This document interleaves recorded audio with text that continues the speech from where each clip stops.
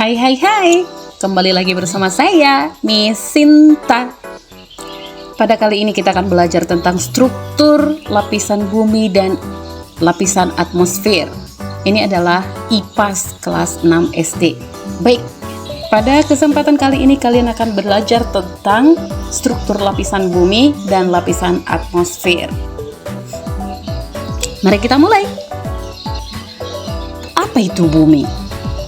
Bumi adalah planet ketiga dari matahari dalam sistem tata surya kita, dan satu-satunya planet yang diketahui memiliki kehidupan yang sempurna.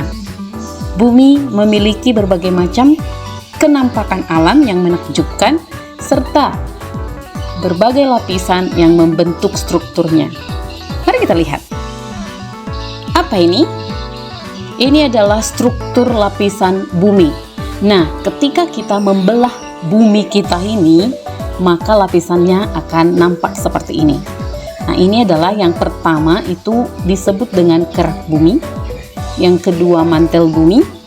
Yang ketiga, inti bumi luar. Dan yang keempat, inti bumi dalam.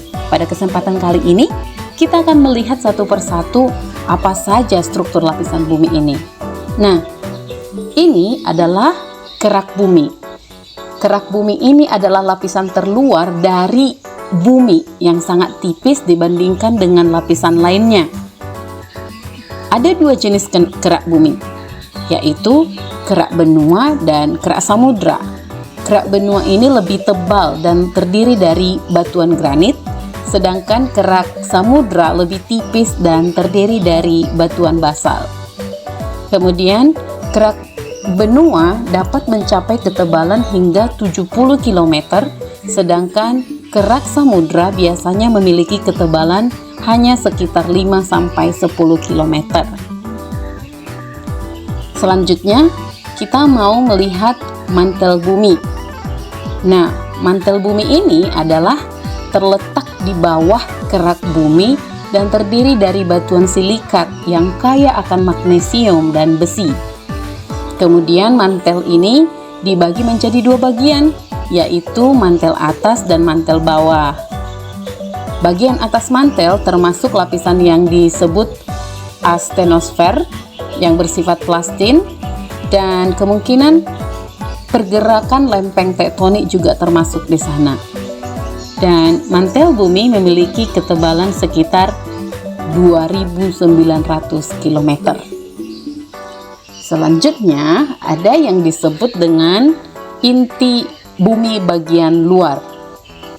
Nah, inti luar ini sebagian besar terdiri dari besi dan nikel dalam bentuk cair, tapi selain besi dan nikel, ada juga unsur-unsur lain seperti sulfur dan oksigen. Nah, ketebalan inti luar sekitar 2.200 km, dan suhu di inti luar berkisar antara 4.000 sampai 5.000 derajat Celcius. Kemudian, karena tekanan di inti luar tidak cukup tinggi untuk membuat besi dan nikel menjadi padat, maka logam-logam ini berada dalam keadaan mencair. Yang terakhir adalah inti bumi bagian dalam. Inti bumi bagian dalam ini terletak pada pusat bumi dan dikelilingi oleh inti luar. Sebagian besar terdiri dari besi dan nikel, tetapi dalam keadaan padat karena tekanan yang sangat tinggi, dan inti dalam memiliki diameter sekitar 1.220 km. Suhu di inti dalam dapat mencapai sekitar 5.000 hingga 6.000 derajat Celcius, hampir sama dengan suhu permukaan matahari. Nah, inti bumi ini berfungsi atau berperan dalam membantu memperkuat medan magnet bumi dan memainkan peran penting dalam konvensi termal di inti luar. Nah, selanjutnya kita akan melihat tentang lapisan atmosfer. Nah, lapisan atmosfer bumi adalah lapisan-lapisan gas yang menyelimuti planet bumi dan berfungsi untuk melindungi serta mendukung kehidupan kita. Atmosfer bumi terdiri dari beberapa lapisan yang masing-masing memiliki karakteristik dan fungsi yang berbeda-beda. Berikut adalah penjelasan mengenai lapisan-lapisan atmosfer di bumi. Yang pertama adalah troposfer. Troposfer adalah lapisan atmosfer yang paling dekat dengan permukaan bumi.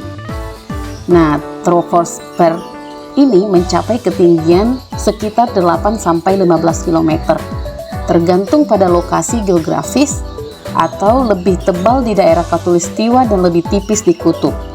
Semua fenomena cuaca seperti hujan, salju, angin, dan badai terjadi di lapisan ini. Suhu di atmosfer menurun dengan meningkatnya ketinggian. Selanjutnya adalah stratosfer. Stratosfer terletak di atas troposfer dan mengandung lapisan ozon. Stratosfer mencapai ketinggian hingga 50 km dari permukaan bumi. Lapisan ozon berada di stratosfer dan berfungsi untuk menyerap dan melindungi bumi dari radiasi ultraviolet atau UV berbahaya dari matahari. Suhu di troposfer meningkat dengan meningkatnya ketinggian karena penyerapan radiasi ultraviolet oleh ozon. Kemudian seterusnya adalah mesosfer. Mesosfer adalah lapisan atmosfer di atas stratosfer. Mesosfer mencapai ketinggian sekitar 50-85 km.